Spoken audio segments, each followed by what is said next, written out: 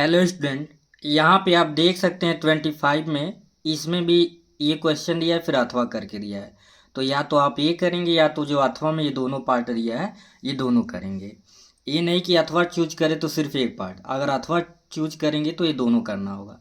तो चलिए पहले ये वाला पार्ट देखते हैं।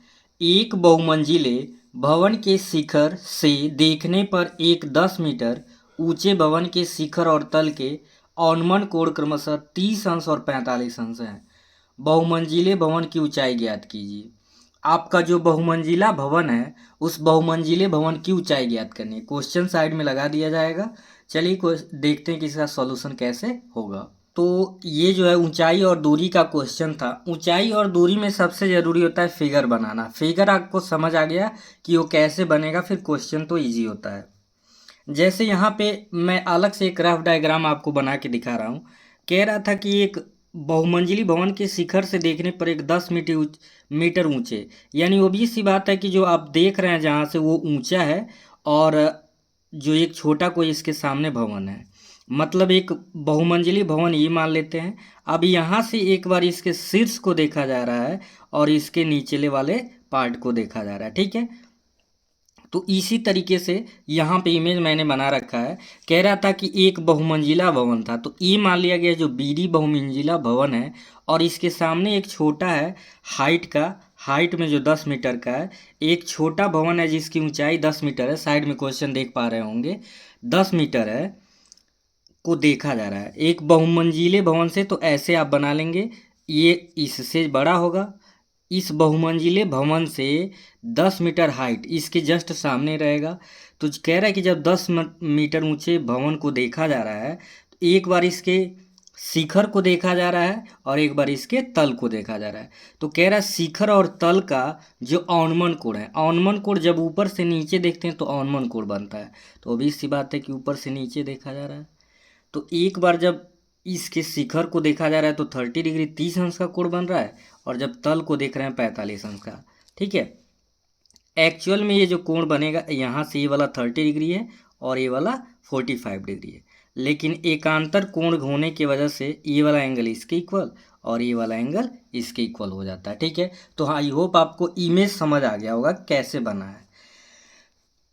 अब जो मेजरमेंट दे रखा है यहाँ पे, कह रहा था कि इस बहुमंजिले भवन की ऊंचाई, तो टोटल ऊंचाई इसकी h मान ली गई है। इस बहुमंजिले भवन की ऊंचाई h मान ली गई है, और जब छोटा वाला भवन 10 है तो सिमिलैरिटी की वजह से अगर इतना देखेंगे तो ये भी कितना हो जाएगा, 10 हो जाएगा, ठीक है। तो ये पार्ट 10 हो गया, और ऊपर वाला पार्ट यानी CD अगर निकालना चाहे पूरा h है और ये 10 है, तो सिर्फ ये निकालना है तो h-10 हो जाएगा। यहाँ पे आप देख सकते हैं ये h-10 है। क्या है? h-10 हो जाएगा।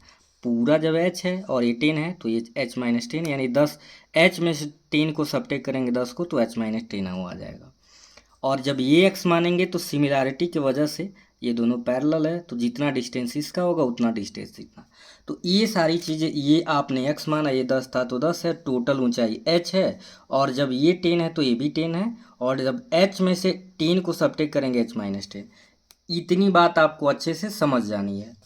अब नाम मैंने पहले ही ले रखा था ABD, AB इसको CD और इस पॉइंट को E मान लिया है। अब दो ट्राइंगल इसमें कंसीडर है एंगल के अकॉर्डिंग, एक 30 डिग्री वाला एंगल और एक 45 डिग्री वाला एंगल।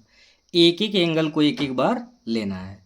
सबसे पहले हम यहाँ पे CDE ट्राइंगल लिए, ऊपर वाला जो 30 डिग्री का एंगल बन रहा है, क्या है? CDE। आप ABD भी पहले ले सकते थे, लेकिन ECD हमने ले लिया, जिससे x की वैल्यू हमें, x की वैल्यू और h की वैल्यू XH का एक इक्वेशन मिल जाएगा। तो हमने लिया है ECD, और ज़्यादातर कंडीशन देखेंगे tan थीटा का ही बनेगा। अब क्यों, कैसे ये डिसाइड करते हैं कौन सा लेंगे? देखो, अगर ये देखिए ये बेस दे रखा है और ये क्या दे रखा है, परपेंडिकुलर, तो बेस और परपेंडिकुलर tan थीटा होता है या cot थीटा, तो इसलिए लिखेंगे चूंकि tan थीटा इक्वल टू होता है परपेंडिकुलर बाय बेस। यहाँ थीटा 30 डिग्री है, tan 30 अंश, और परपेंडिकुलर क्या है? परपेंडिकुलर आपका है h-10 और बट्टे बेस आपका x है। tan 30 का मान होता है 1/√3, और ये आपका h-10 बट्टे x है। इसका गुणा इसमें और इसका गुणा इसमें। थोड़ा सा खांसी हुआ है तो इसलिए आ रहा है बार बार। देखिए x का 1 में मल्टीप्लाई करेंगे तो x हो जाएगा, और √3 का h माइनस 10 में करेंगे, √3 का h में हुआ √3h, और √3 का 10 में हुआ 10√3। इसे क्या मान लेंगे, इक्वेशन फर्स्ट। इसी प्रकार से हम पुनः ट्राइंगल लिखेंगे ए बी डी। अब ये वाला ट्राइंगल ए बी डी, अब जब ए बी डी लेंगे तो एंगल है 45 डिग्री। फिर आपको बेस पता है और ये परपेंडिकुलर, क्योंकि ये 90 डिग्री का एंगल होता है तो 90 डिग्री के सामने जो होता है वो हाइपोटेनियस होता है, ठीक है। तो बेस और फिर आपका परपेंडिकुलर है तो लिखेंगे बिकॉज tan थीटा होता है परपेंडिकुलर बाई बेस। परपेंडिकुलर इस बार आपका क्या है, परपेंडिकुलर पूरा है बी डी, यानी कि h लेना है और बेस आपका वही x ही लेना है, ठीक है। tan 45 थीटा की वैल्यू 45 यहाँ है, perpendicular h base x, h by x. अब आगे जब सॉल्व करेंगे इसे, 45 की वैल्यू 1 आ गया, h बाई एक्स नीचे 1 लिख लिए, यहाँ क्रॉस मल्टीप्लाई कर देंगे तो x का 1 में करेंगे x और 1 का h में होगा 1 का h में होगा तो h। अब यहाँ x की वैल्यू हम क्या करेंगे, पुट करेंगे। तो x आप ऊपर देख सकते हैं, ऊपर यहाँ पे अगर आप देखेंगे ध्यान से तो x की वैल्यू है √3h माइनस 10√3। अब यही वैल्यू हम क्या करेंगे, पुट करेंगे। तो जब पुट करेंगे तो कैसे सॉल्व होगा ध्यान दीजिए। x के जगह पे आ गया √3h minus 10√3 is equals to h।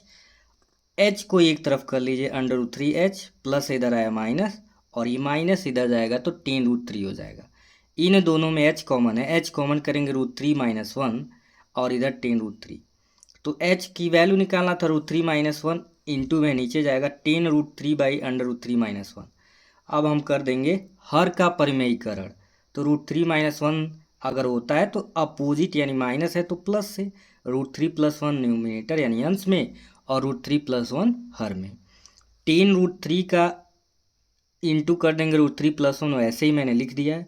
A minus B, A plus B क्या होता है, ए स्क्वायर माइनस बी स्क्वायर। तो √3 का स्क्वायर 3 हो जाएगा, 1 का स्क्वायर 1 हो गया। और फिर यहाँ पे 10√3 का √3 में मल्टीप्लाई करेंगे, 10√3 का 3 में हुआ 3, या सिर्फ हमने क्या किया यहाँ पे √3 का अंडर मल्टीप्लाई कर दिया, 10 को बाहर रहने दिए हैं, √3 का 3 में हो गया 3 हो गया, √3 का 1 में हुआ तो यहाँ पे √3 हुआ है, और 2 से 10 को काट देंगे 5 बार में, तो 5 इन ब्रैकेट 3 प्लस 3 √3 मीटर आपकी पेड़ की क्या आ गई, मतलब बहुमंजिली भवन की ऊंचाई आ गई। तो आई होप ये क्वेश्चन आपको अच्छे से समझ आ गया होगा। Thank you.